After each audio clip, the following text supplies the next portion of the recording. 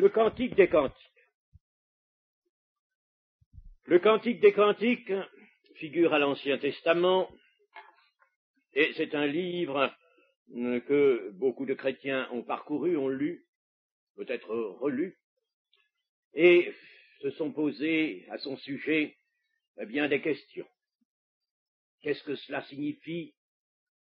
Que puis-je y trouver pour moi dans ce livre? Il faut se redire, c'est la parole de Dieu comme le reste, mais la parole de Dieu, qu'exprime-t-elle dans ce livre? Certains auteurs protestants, Jean de Saussure, qui était l'héritier d'une famille suisse, venue d'ailleurs anciennement de France, qui est bien connu dans le domaine de la science et de la philosophie, et on peut dire aussi de la théologie. Jean de Saussure a dit ceci: la tâche de la prédication chrétienne est d'expliquer l'ensemble de la parole de Dieu afin que les fidèles en aient une intelligence aussi complète, aussi juste et aussi profonde que possible. Vous voyez que lorsque je vous dis la Bible, nous l'appelons la parole de Dieu, mais nous ne la connaissons pas, et il faudrait la connaître, je ne suis pas le premier, bien loin, n'est-ce pas? La tâche de la prédication chrétienne est d'expliquer l'ensemble de la parole de Dieu, non pas une partie seulement, non pas ce qui est facile, mais l'ensemble de la parole de Dieu, parce qu'elle constitue un tout. Si je n'explique toujours que certaines parties, et alors il y aura des lumières et des ombres, il faudrait que tout fût lumière. Qu'est-ce que ce livre, le Cantique des Cantiques? Cantique des Cantiques, déjà sa désignation nous le présente comme un chant, un cantique, un chant, qui l'emporte sur les autres. C'est le cantique par excellence. Le livre entier constitue un seul poème, Cantique des Cantiques. On a voulu, je dis ça, on a voulu, n'est-ce pas, voir dans le Cantique des Cantiques une série de poèmes. C'est faux, c'est un seul poème. Oh, que d'erreurs n'a-t-on pas écrit au sujet de ce livre, que les Juifs pieux de la synagogue, c'est-à-dire les Juifs pieux de ce noyau israélite qui a gardé la parole de l'Ancien Testament avec piété, avec crainte de l'Éternel, disaient c'est le joyau des Écritures, c'est-à-dire le joyau de l'Ancien Testament. Cantique des Cantiques, c'est un superlatif en hébreu qui correspond à le Saint des Saints, le lieu, vous savez, le deuxième lieu du tabernacle. Après le lieu saint, il y avait le lieu très saint, qui est appelé aussi le Saint des Saints. L'expression dans la Bible se retrouve, cette forme d'expression, par exemple, esclave des esclaves dans la Genèse, le chef des chefs dans le livre des Nombres. Je vous signale cela seulement en passant, n'est-ce pas, pour vous montrer que c'est un superlatif, c'est le chant par excellence, le cantique par excellence, le cantique du bien-aimé. Nous le reverrons d'ailleurs cela. Pour vous montrer combien les hommes ont altéré la parole de Dieu, déformé, ont manifesté dans une grande science, enveloppé, s'il vous plaît, dans une très haute science théologique, déformé ce beau livre, voici ce qu'a dit Édouard Ross, qui est l'auteur d'une traduction de la Bible tout entière, traduction en français, avec des commentaires. Cela occupe 20 volumes qui font à peu près cela sur la tablette de la bibliothèque. J'ai cette traduction en entier, n'en suis pas plus fier pour cela, n'est-ce pas? Parce que voici ce que Édouard Russ, dans sa Bible commentée, écrit en sous-titre du Cantique des Cantiques. Il a cru bon de mettre recueil de poésie érotique.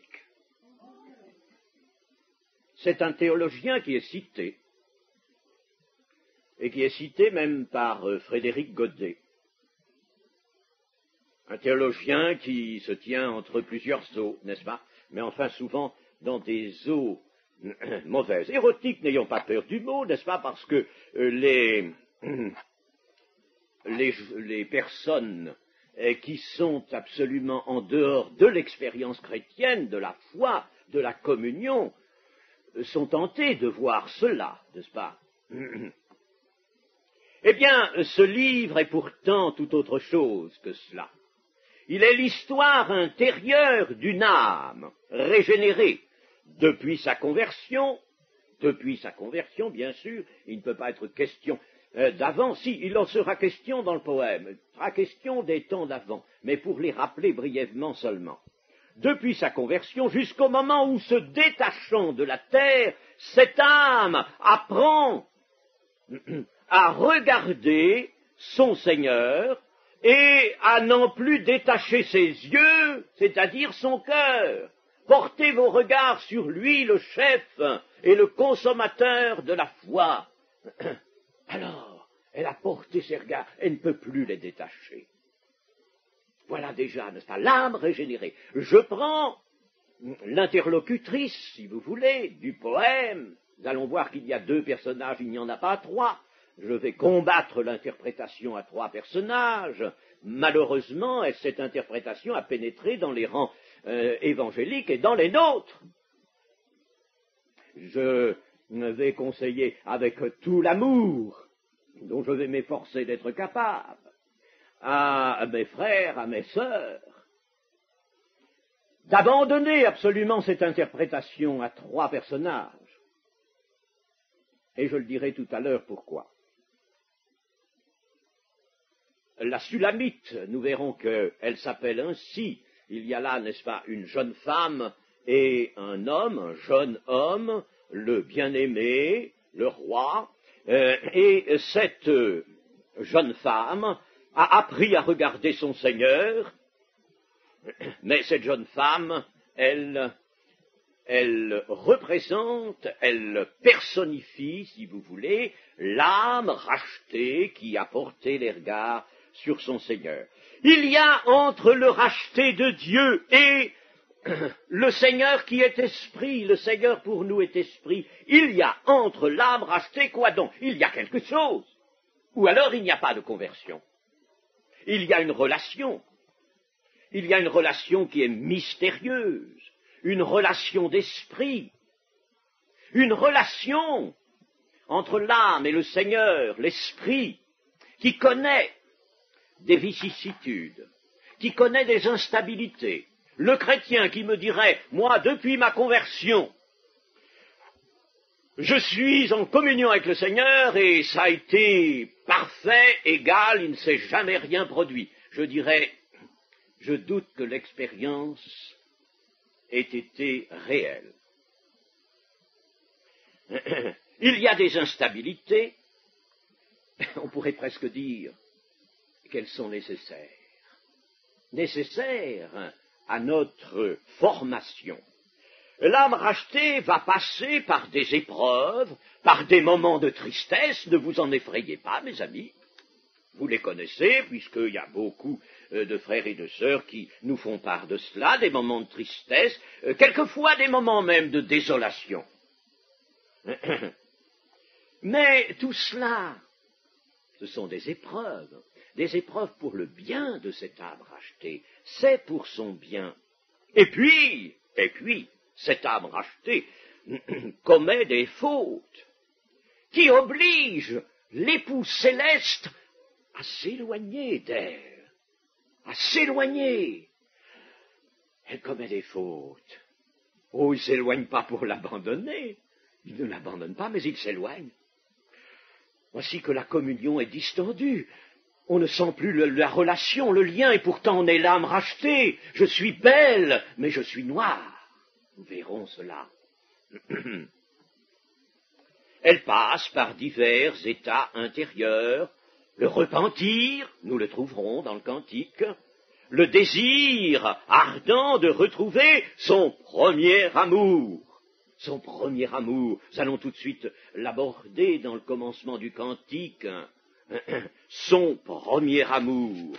Ah, ce premier amour, qu'il me baise des baisers de sa bouche, car ton amour vaut mieux que le vin, tes parfums ont une odeur suave, ton nom est un parfum qui se répand. Ce premier amour, quand elle s'aperçoit qu'il a été distendu, alors elle soupire à le retrouver. Le Cantique des Cantiques présente donc les relations d'une âme avec son Seigneur, ou alors, et c'est la même chose, vous voyez, je procède par plans différents, une relation de l'Église tout entière avec le Seigneur, qui est son chef et qui est son futur époux. Je vous ai fiancé à Christ, son futur époux. Et rappelez-vous ce que disait Jean-Baptiste. Il se voyait comme l'ami de l'époux, mais l'épouse appartient à l'époux. Lui n'était pas l'époux, je suis l'ami de l'époux, et non pas l'époux. L'épouse, oh, attention, je suis là pour la conduire à son époux. Ainsi, ce sont des expériences spirituelles, des états d'âme que nous allons rencontrer dans le cantique. C'est un domaine étranger à toute philosophie humaine, à toute poésie humaine même, et ce livre s'adresse à ceux dont l'âme est réellement assoiffée de Dieu. Le cantique, c'est l'expérience chrétienne de l'âme assoiffée. Si quelqu'un a soif, a dit le Seigneur à Jérusalem, si quelqu'un a soif, qu'il vienne à moi et qu'il boive. Est-ce que cela veut dire ça? Croyez-vous pas qu'il y ait de la force là? Si quelqu'un a soif, soif de Dieu, nous avons trouvé cette soif de Dieu dans les psaumes. S'il a soif, qu'il vienne à moi et qu'il boive. L'Esprit seul nous permettra donc de goûter ce livre. Je vous recommande dans ces jours, mes amis, personnellement, d'être dans un esprit de prière. Si vous voulez faire votre profit personnel de l'étude, il faut que vous soyez dans un esprit de prière. Je ne vous apporte pas des connaissances humaines, mais une connaissance divine. Et cette connaissance, je ne peux que vous aider à la trouver vous-même, n'est-ce pas, dans les pages de ce livre par le moyen de l'Esprit. Il faut donc pouvoir goûter ce livre, comme il faut goûter le don céleste. Goûter le don céleste, c'est une expression de l'Écriture. Goûter que le Seigneur est bon, il faut goûter par l'âme. Que voulez-vous? Si l'on ne goûte pas, je ne peux pas, moi, goûter pour vous. Je peux goûter pour moi, mais je ne peux pas goûter à votre place. Il faut que chacun puisse goûter le don céleste, goûter que le Seigneur est bon. On peut se dire évidemment scandalisé des images que le Saint-Esprit a utilisées, car c'est bien lui, le Saint-Esprit, pour représenter les relations mystérieuses dont je parlais tout à l'heure, de l'âme rachetée à Dieu. Parce que ces images sont empruntées à l'amour qui se situe au niveau humain. Je ne dis pas pour ça qu'il soit à flétrir et à rejeter, mais le Saint-Esprit s'est servi de l'amour entre fiancés, entre des fiancés, des futurs époux. Alors, il y a des gens, n'est-ce pas, qui se sont trouvés peut-être un peu scandalisés de trouver ça. Dans la Bible, on a même discuté, fut un temps, sur la canonicité du Cantique des Cantiques. Pouvait-il être reconnu comme vraiment appartenant à la collection des livres inspirés?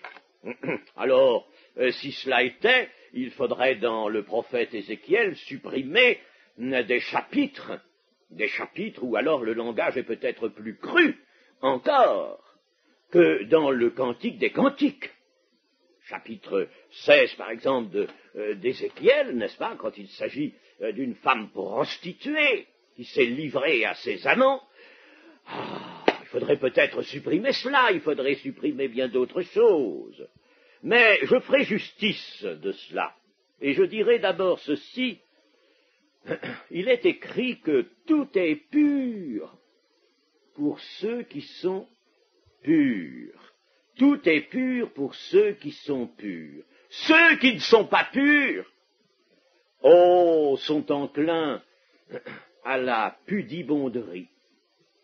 Ils sont enclins à se montrer comme des pudibons. Les pudibons, ce sont des hypocrites, les amis, ce sont des hypocrites. Il ne s'agit pas de céder au penchant de notre époque, bien sûr. Le penchant à l'érotisme, ce serait alors de l'impudicité qui est châtiée dans toute l'Écriture. Mais entre l'impudicité et la pudibonderie, il y a tout de même un juste milieu. Et puis, ce juste milieu, Dieu le connaît. Je reviendrai un peu sur cet aspect des choses dans un instant. Certains commentateurs ont alors enlevé au Cantique des Cantiques toute sa valeur spirituelle pour le réduire à un crûment, disons, à son sens littéral, n'ont vu que le sens littéral. Et ils y ont vu un poème lyrique chantant l'amour nuptial, un poème lyrique chantant cet amour nuptial pour lui-même. Ils y ont vu un épithalame, c'est-à-dire ce chant nuptial. Ils ont même trouvé les protagonistes, c'était Salomon et la fille de Pharaon. Ils ont de l'imagination, n'est-ce pas? Un certain auteur allemand, Frédéric Krummacher, qui était pasteur évangélique au XIXe siècle, a dit que le Cantique des Cantiques a été attaché au pilori dans le forum littéraire par le rationalisme. C'est bien ce que nous verrons de l'œuvre d'Ernest Renan. L'interprétation d'Ernest Renan qui s'est faufilée à la faveur d'un petit ouvrage dans nos églises et dont on a retenu le thème. Alors c'est là que je vous dis, je ne suis pas d'accord et je ne peux pas être d'accord avec l'interprétation d'Ernest Renan. Le mot de Krummacher est juste, le cantique a été attaché au pilori dans le forum littéraire par le rationalisme. Parce que l'homme incrédule ne comprend rien aux choses de l'Esprit de Dieu, c'est Paul qui le dit, il ne comprend rien, il choisit toujours, l'homme incrédule, il choisit la vue naturelle, la pensée de l'homme, il choisit le néant, et il ne trouve pas la vie dans la Bible. Mais Jésus nous a donné la clé de la science. C'est là qu'il faut se servir de la clé de la science. La clé de la science. Dans Matthieu, au chapitre 13, il y a une parole du Seigneur extrêmement intéressante. Matthieu, chapitre 13 et verset 10. Les disciples s'approchèrent et lui dirent « Pourquoi leur parles-tu en parabole ?» Jésus leur répondit « Parce qu'il vous a été donné de connaître les mystères du royaume des cieux, et que cela ne leur a pas été donné, car on donnera à celui qui a quelque chose dans le cœur. On donnera à celui qui a, et il sera dans l'abondance. par ce qu'on lui donnera. Il sera dans l'abondance, il a déjà quelque chose, celui-là. Alors on va lui donner l'abondance. Mais celui qui n'a pas, à celui qui n'a pas, on ôtera même ce qu'il a. L'incrédule qui vient avec un petit intérêt pour la Bible, eh bien, on va lui ôter même cet intérêt-là. Il est néfaste. Il faut donner sa vie, il faut donner son cœur, il faut se donner soi-même, ou rien. Tout ou rien. Voilà ce que nous dit le Seigneur. Il n'y a pas de demi-mesure. Il n'y a pas de partage. Il n'y a pas Dieu et Mammon. On ne marche pas d'un pied d'un côté, un pied de l'autre. Ça, Dieu ne peut pas l'accepter. Dans son amour, dans sa sainteté, Dieu ne peut pas accepter un tel partage. Un cœur partagé, on ôte ce qu'il a. C'est pourquoi je leur parle en parabole, afin qu'en voyant ils ne voient point, et qu'en entendant ils n'entendent ni ne comprennent. Et pour eux s'accomplit cette prophétie d'Ésaïe, vous entendrez de vos oreilles et vous ne comprendrez point, vous regarderez de vos yeux et vous ne verrez point. Eh bien, des théologiens ont regardé cela avec les yeux de leur intelligence, ils n'ont rien compris. Ils ont cloué au pilori du forum littéraire ce beau livre de la Bible. Les mystères du royaume des cieux. Nous allons être en plein mystère, au cœur du mystère du royaume des cieux, c'est-à-dire de ce royaume qui, maintenant, s'établit dans les vies, dans les cœurs. Dans le Cantique des Cantiques, on trouve donc plus qu'ailleurs cette rivalité, cette opposition de deux esprits. L'esprit des incrédules, ou l'esprit des théologiens qui sont des rationalistes par conséquent, disons des incrédules, et puis l'esprit de ceux qui ont un cœur ouvert, ceux qui sont avides, ceux qui ont soif. Alors ceux-là seuls comprendront.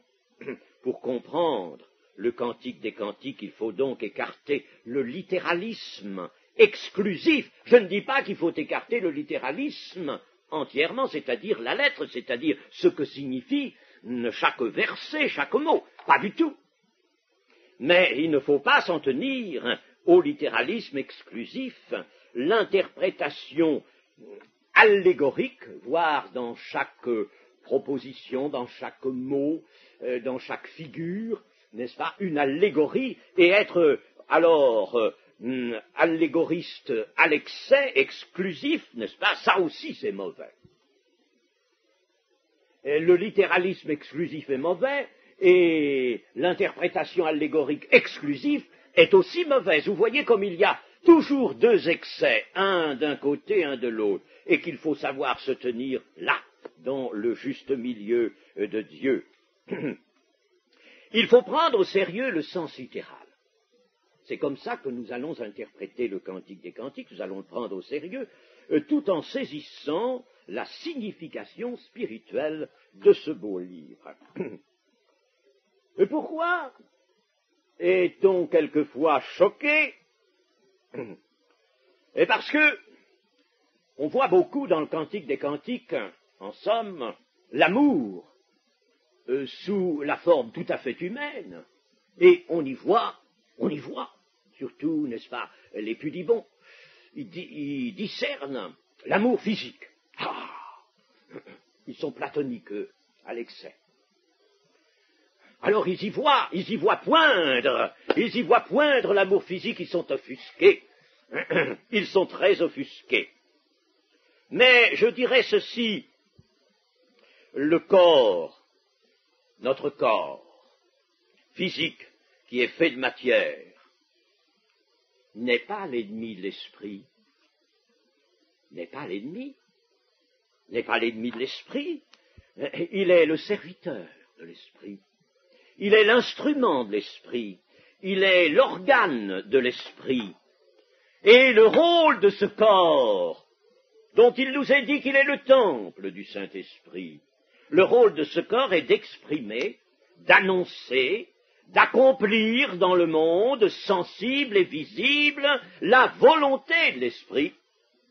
Et le corps est utile, il a été donné par Dieu, il nous est bien recommandé dans le Nouveau Testament de ne pas le mépriser, de ne pas le négliger. Or, dans un certain christianisme spirituel, faussement spirituel, qui spiritualise tout, j'ai déjà dénoncé cela, alors on a complètement méprisé le corps. Ça, c'est parti déjà des premiers âges du christianisme. Le but de Dieu, c'est de faire prendre corps à l'esprit. Il a fait l'homme, esprit, âme et corps, et le corps est là pour être au service de l'esprit. En somme, Dieu a voulu faire prendre un corps à l'esprit, mais l'esprit devait être maître et dominer sur ce corps. Voilà ce qui fait, n'est-ce pas, que le corps est peut-être tout entier tenu dans une mission spirituelle. Et ce que je dis là, que Dieu a voulu faire prendre corps à l'esprit, eh bien, nous l'avons, n'est-ce pas, dans l'incarnation.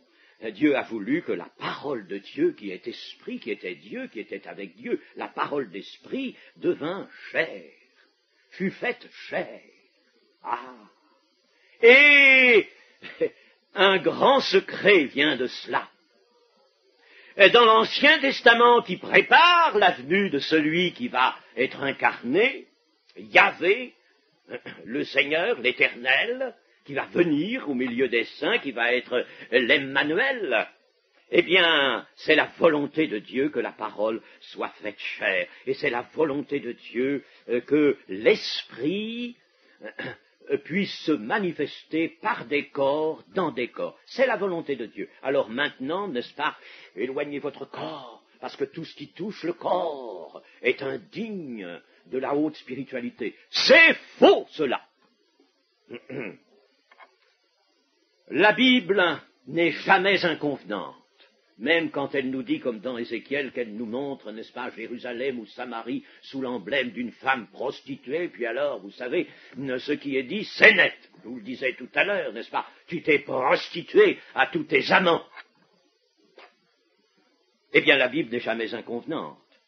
Parce que, remarquez ceci, c'est qu'elle parle de tout avec naturel. Elle regarde l'homme avec les yeux de Dieu. Elle regarde l'homme dans son intégrité première et voit l'homme qui est sorti de cette intégrité première. Et elle flétrit cela par les termes qui conviennent. Le péché, où est-il le péché? Est-il de regarder les choses qui peuvent se dérouler dans le domaine physique, dans le domaine du corps, dans le domaine de la chair? Non, le péché consiste à séparer ce que Dieu a uni. À séparer le mari de l'épouse, à séparer le fiancé de la fiancée, à séparer l'âme du corps, l'esprit du corps. Dieu a uni. Pourquoi séparerions-nous? Vous voyez que cette séparation, n'est-ce pas, d'une interprétation pudibonde est absolument néfaste, contraire. C'est pas pour autant qu'on va tomber dans les excès, n'est-ce pas, de l'amour, qui n'a plus Dieu, qui n'a plus de fût, et qui est une passion, c'est pas ça. Seule la Bible peut servir le spirituel authentique. Nous voulons du spirituel authentique. Eh bien, fions-nous à la Bible seule. On a voulu qu'il y ait 3 personnages dans le Cantique des Cantiques. Alors, ces 3 personnages, c'est la jeune femme qui se nomme la Sulamite, c'est aussi Salomon, vu comme le roi, il est le roi, et puis un certain berger, un certain bien-aimé, celui-là, c'est le vrai fiancé de la Sulamite. Et puis Salomon, on le voit dans cette interprétation à 3 personnages, on le voit comme le séducteur, l'infâme séducteur. Parce que on a lu dans, évidemment, l'Ancien Testament que la fin du règne de Salomon avait été vraiment souillée. Oui. Il n'avait, lui, alors, d'aspiration que pour cet amour qui se traînait de femme en femme. Il lui fallait des quantités de femmes. Alors, c'est un séducteur. Un séducteur. Et on a mis le séducteur dans le cantique des cantiques qui chante l'amour divin, mes amis. Alors, cette interprétation à trois personnages est entrée, bien sûr, dans les rangs évangéliques, hélas, par un petit livre qui comprend à la fois, un petit livre de Frédéric Godet, qui comprend à la fois le livre de Job et le Cantique des Cantiques. Vous avez dû l'avoir, ça a été publié, je crois, par la Ligue pour la lecture de la Bible. Et ce petit livre a été vendu dans les librairies, partout, aussi bien dans notre mouvement qu'ailleurs. Il a été vendu, et alors lui, évidemment, n'est-ce pas, il adopte l'interprétation à trois personnages. Frédéric Godet a trouvé ça tout à fait bien. Vous savez, il s'est trompé plus d'une fois. Ça ne veut pas dire que ses ouvrages ne sont pas utiles à d'autres égards, mais il s'est trompé quand même plus d'une fois, n'est-ce pas? N'oublions pas que c'est lui qui nous a supprimé, a prétendu que le chapitre 8 de Jean, le début du chapitre 8, n'est-ce pas, les 11 premiers versets, n'étaient pas canoniques. Bon, vous savez, quand on commet des erreurs comme ça, n'est-ce pas, il faut tout de même prendre garde. Frédéric Godet est un théologien, un grand théologien, qui a de bonnes choses, il a une certaine foi, et puis à certains moments, il a une certaine incrédulité. Pas parce qu'il se fait homme de science, il cède à la science, il fait des concessions à la science. Alors, cette interprétation à trois personnages est fausse. Savez-vous d'où elle provient? C'est pas le petit livre en question de Frédéric Godet qui l'a inventé. Elle provient d'un orientaliste allemand dont je n'ai pas ici relevé le nom, mais il est dans le petit livre, un orientaliste allemand qui a imaginé cela. Il a imaginé, n'est-ce pas, une espèce de pièce de théâtre à trois personnages. Et alors, M. Ernest Renan, qui, vous savez, est ce grand écrivain du XIXe siècle, il est né en 1823 et mort en 1892. Eh bien, Ernest Renan, qui parlait un langage, un français si pur, vraiment dans son livre sur Jésus, on y trouve véritablement là la pureté du langage. C'est un très bon écrivain, c'est un homme remarquable, non seulement comme écrivain, mais aussi pour sa documentation, pour ses connaissances. Seulement, il avait foi dans la science, et ses convictions étaient entièrement rationalistes et libérales, c'est-à-dire que Jésus n'était pas le Fils de Dieu pour lui. Son livre, Les souvenirs d'enfance et de jeunesse, explique les circonstances qui très tôt lui ont fait perdre la foi. Il le dit lui-même, il a perdu la foi. Et c'est à lui que l'on se rapporte pour l'interprétation du Cantique des Cantiques. Alors, qu'est-ce que vous voulez, moi, je ne marche pas. Je ne marche pas. Et je voudrais, chers amis, je ne fais de procès à personne, bien entendu, mais je voudrais qu'on arrache ça. Ça, c'est une chose à arracher de notre milieu, ça. C'est un livre à condamner. Et j'y allais par quatre chemins, et je vous dis, oh ben, on pourrait prendre un petit peu ça. Non, il est mauvais. Écartons-le. Il est dû à Ernest Renan, un homme qui a perdu la foi, il le dit lui-même. J'ai en bibliothèque ce livre, Souvenirs d'enfance et de jeunesse. J'ai perdu la foi. Alors il est devenu rationaliste. Alors tout de même, c'est pas à lui qu'il faut se fier, n'est-ce pas, pour cette interprétation. Il y a dans le Cantique des Cantiques deux personnages, pas un de plus. La seule véritable interprétation, celle qui relève de ce livre, le chant, véritable chant d'amour spirituel, ne met en jeu que deux personnages. La Sulamite, la Sulamite encore, là, les rationalistes à la manière d'Ernest Renan ont pu dire, mais vous comprenez, Sunem a été appelé, je ne sais plus par qui, Sulem. Alors Sulem, c'est de là que vient la Sulamite, c'était une habitante de Sulem. une habitante de Sulem. La Sulamite, c'est un nom plein de grâce et de douceur qui n'a rien à voir avec la ville de Sunem, prétendue appelée Sulem quelquefois. Pas dans la Bible, en tout cas. Et la Sulamite est un être féminin, une femme, une jeune femme, un être féminin, type. Un être type. Et elle est la réplique, entendez bien, la réplique féminine de Salomon. Ces deux noms, Sulamite et Salomon, dérivent de Shalom. Shalom, ça veut dire, cela va bien. Vous savez, quand on se rencontre, Shalom, ça va bien, il y a prospérité, il y a paix, tout est parfait, tout va bien, prospérité, paix. On a souvent retenu paix, mais il y a tout cela, tout ce que je viens de vous dire.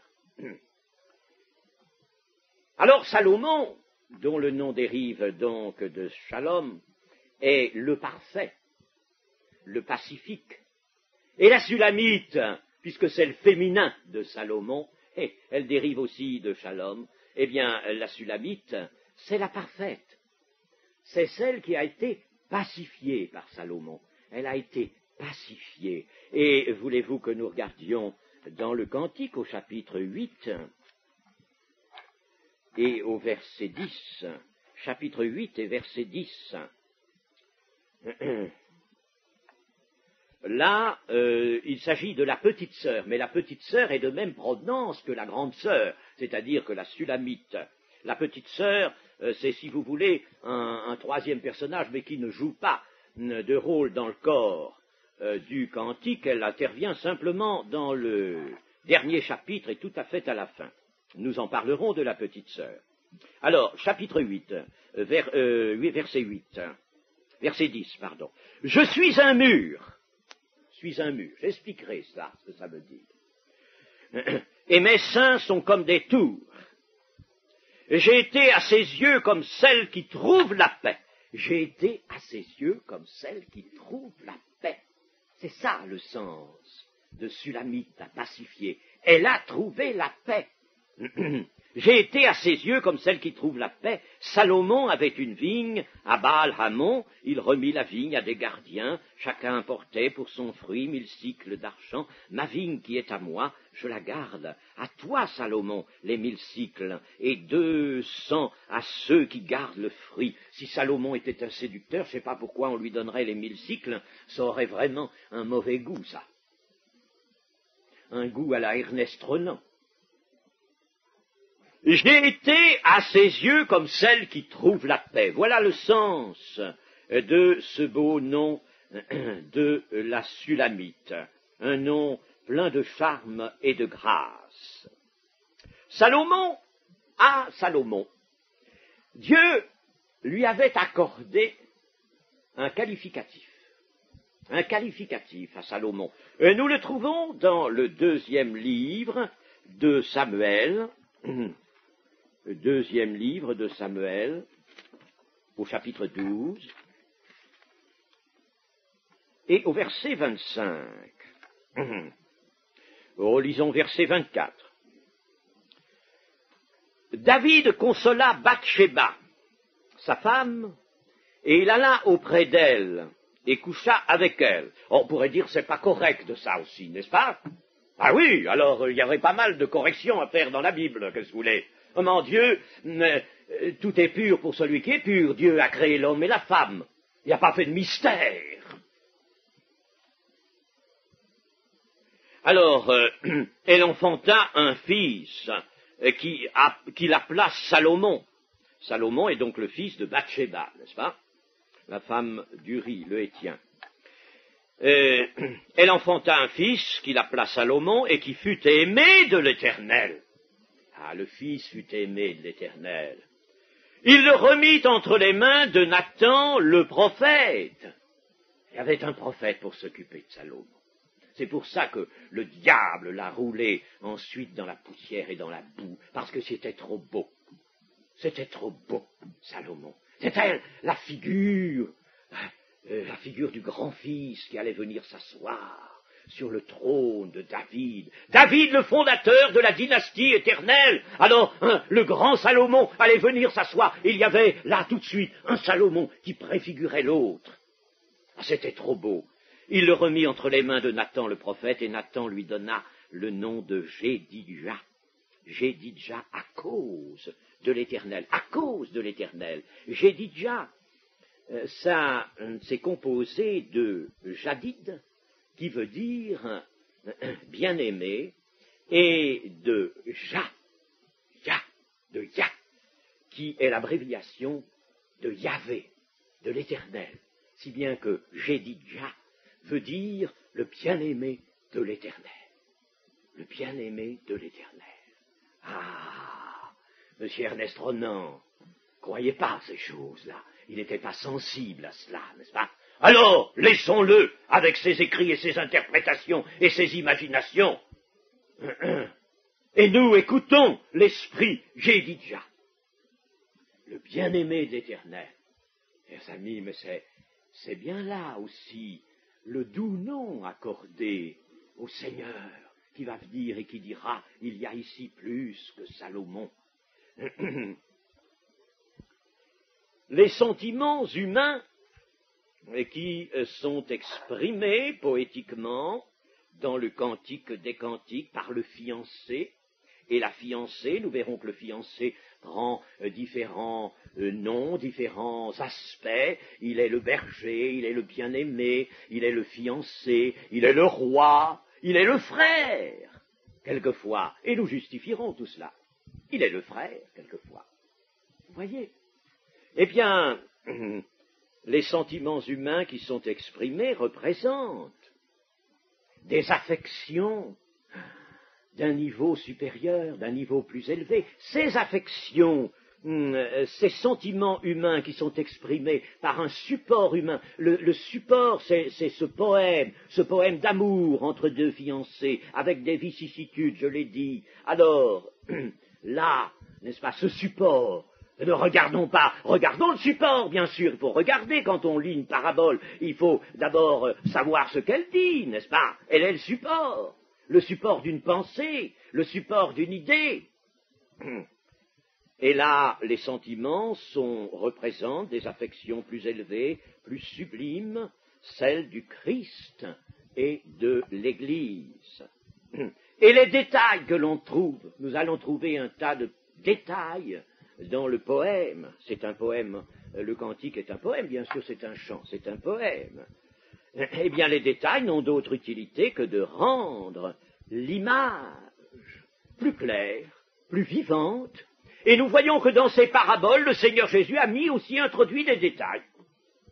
Il a introduit certains détails pour rendre l'image plus réelle. Mais ce qu'il faut voir, n'est-ce pas, c'est ce qu'il faut trouver, c'est l'idée, c'est la pensée, c'est la vérité, c'est la réalité qui est exprimée par l'image.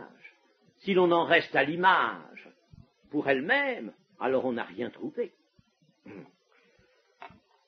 Je vais maintenant, je pense que vous n'êtes pas trop fatigué, parce que je me représente, que je dois un peu soumettre évidemment peut-être votre attention et puis votre cœur à une épreuve un peu rude, mais que voulez-vous? Si l'on veut étudier la Bible, la parole de Dieu, il faut aller plus loin. Il ne faut pas rester au premier pas où l'on est, n'est-ce pas? Nous sommes entrés dans l'Église, dans le corps de Christ, nous sommes devenus l'âme rachetée, les âmes rachetées du Seigneur. Puis quoi? Il n'y a plus rien à faire, plus qu'à se reposer. J'ai déjà dit que l'évangélisation était une chose magnifique, excellente, il faut poursuivre, mais pas au détriment du progrès à réaliser dans la vie de foi, pas au détriment de cette marche vers la perfection. Paul voulant amener toute âme d'homme à la perfection en Christ. Alors nous allons lire le chapitre 1er, déjà, pas en entier, nous allons lire simplement les 4 premiers versets, les 4 premiers versets. Cantique des Cantiques de Salomon. qu'il me baise des baisers de sa bouche, car ton amour vaut mieux que le vin. Tes parfums ont une odeur suave, ton nom est un parfum qui se répand. C'est pourquoi les jeunes filles t'aiment. Entraîne-moi après toi, nous courrons. Le roi m'introduit dans ses appartements. Nous nous égaierons, nous nous réjouirons à cause de toi. Nous célébrerons ton amour plus que le vin. C'est avec raison que l'on t'aime. Dans l'interprétation à trois personnages de Renan, alors il faut voir dans le roi ici un séducteur. Alors il prend la Sulamite, il prend les jeunes filles, n'est-ce pas, dans des intentions perfides, des intentions charnelles. Voilà ce que nous dirait la Bible selon M. Renan. C'est lamentable. Et ici, c'est pourtant si beau. Connaissez-vous le psaume 45 ou verset, si vous voulez, 10 d'abord. Il faudra que ce psaume, d'ailleurs, nous l'ayons bien en mémoire. Nous y reviendrons. Verset 10. Des filles de rois sont parmi tes bien-aimés. Des filles de rois sont parmi tes bien-aimés. La reine est à ta droite parée d'or, d'Ophir. Écoute, ma fille, vois et prête l'oreille. Oublie ton peuple et la maison de ton père. Oublie le passé. Tu as maintenant devant toi un champ nouveau, une route nouvelle. Oublie, le roi porte ses désirs sur ta beauté, puisqu'il est ton Seigneur. Rends-lui tes hommages.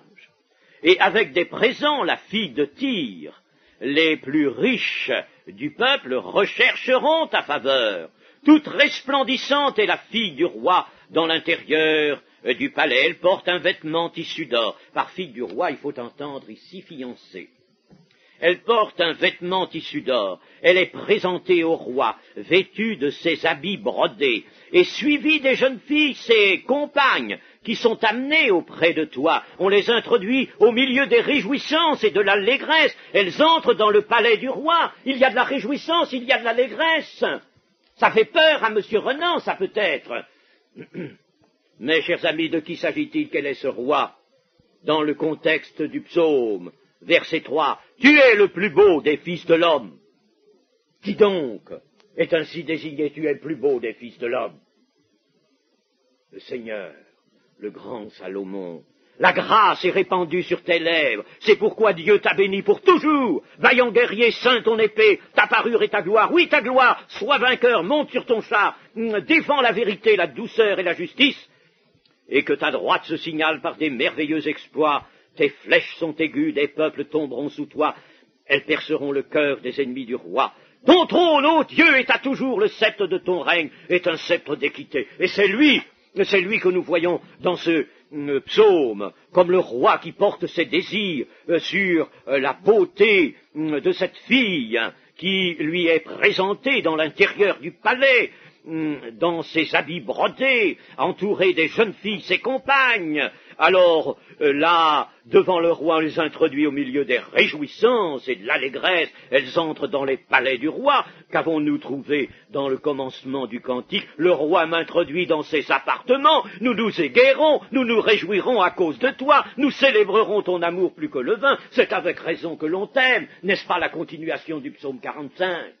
Et n'est-ce pas que le psaume 45 nous dit, il s'agit de celui à qui Dieu a dit, ton trône, ô Dieu, est éternel. Alors comment a-t-on pu céder, peut-on céder à cette interprétation à trois séducteurs à trois personnages qui introduit un séducteur? Foulez-moi les bras m'en tombent quand je vois ça. Ah, mes amis, enfin, tout de même, comprend-on la parole de Dieu, l'étudie-t-on avec attention? Trois personnages. Mais non, il y en a deux et deux seulement. Salomon, qui est Jédidja, c'est-à-dire le bien-aimé de l'Éternel, préfigure Jésus en sa fonction royale. Il est déjà le plus beau des fils de l'homme. Et maintenant, dans le cours de l'Église, ce Seigneur est glorifié. Il prépare et il attend celle qui sera son épouse et qui va partager son règne, celle à qui il a donné la paix, l'a pacifiée, la Sulamite. Je vous ai fiancé un seul époux, et dans l'Apocalypse, nous avons là l'annonce des noces de l'agneau, et l'époux s'est préparé, paré de fin lin, et le fin lin, ce sont les œuvres justes des saints. Où sommes-nous là dans quelque chose qui soit à réprouver? Nous sommes là dans les hauteurs des vues spirituelles.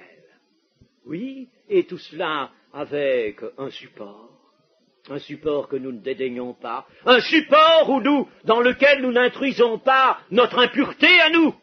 Ceux qui interprètent mal le cantique introduisent leur propre impureté dans ce cantique. La Sulamite. Le cantique des cantiques et de Salomon. C'est le cantique de Salomon, c'est-à-dire c'est le cantique de l'époux céleste de l'Église. Le cantique du Salomon qui l'a rédigé, mais qui l'a inspiré, l'autre Salomon. Le grand Salomon, c'est le cantique de l'époux céleste de toute âme rachetée. Et ce cantique va traduire la vie intérieure de cette âme, va traduire la vie intérieure de l'Église, corps de Christ, de tous les membres de l'Église, corps de Christ, par le moyen d'une parabole dont le thème est la recherche mutuelle entre deux fiancés, l'un vers l'autre. Vous allez me dire peut-être que les fiancés ne se recherchent pas. Vous allez me dire que dans un temps peut-être de rigueur morale, les fiancés n'avaient pas le droit de se rechercher. Ah, je sais bien qu'il y a quelques décades, on ne laissait pas volontiers une fiancée partir seule et sortir seule avec son fiancé. Non, bien sûr, mais vous croyez que les fiancés ne se recherchaient pas tout autant que maintenant? Les fiancés se recherchaient, mais bien sûr, et il ne peut pas en être autrement. Celui qui voit la chose en mal, je le dis bien, c'est qu'il voit la chose à travers le voile de ses propres impuretés, des impuretés qui sont dans son cœur, qu'il les chasse. L'âme rachetée appartient à son Seigneur, elle lui est destinée pour l'éternité. Nos amis qui sont d'ailleurs un jeune couple, n'est-ce pas, là, voyez, eh bien, ils nous ont chanté tout à l'heure, n'est-ce pas, ce cantique où était exprimée l'appartenance. Je t'appartiens. Eh bien, l'âme rachetée appartient à son Seigneur, elle lui est destinée. Alors, quels vont être ses premiers soupirs? Les premiers soupirs, qu'il me baise des baisers de sa bouche, car ton amour vaut mieux que le vin, qu'il me baise des baisers de sa bouche. On va trouver ça peut-être inconvenant. Inconvenant. Il n'est pas dit d'ailleurs que ces baisers sont donnés sur la bouche, qu'il me baise des baisers de sa bouche. Ça peut être sur sa joue. Pourquoi voulez-vous que ce soit? Alors, vous me direz, mais, et moi je vous répondrai, mais est-ce que les fiancés ne se sont jamais embrassés? Celui qui étant marié peut dire qu'il n'a jamais embrassé sa fiancée, qu'il jette le premier la pierre. Les fiancés ne se sont-ils jamais embrassés? N'est-ce pas ce qui traduit l'élan de l'un pour l'autre? Qu'est-ce qu'ils vont faire? Ils vont se voir, ils vont se regarder dans les yeux, ils vont se rapprocher, ils vont s'embrasser. C'est pas bien, ça? C'est pas la réalité humaine, ça? Alors il faut supprimer ça de la réalité humaine si on n'est pas d'accord, si on trouve que c'est pas convenable.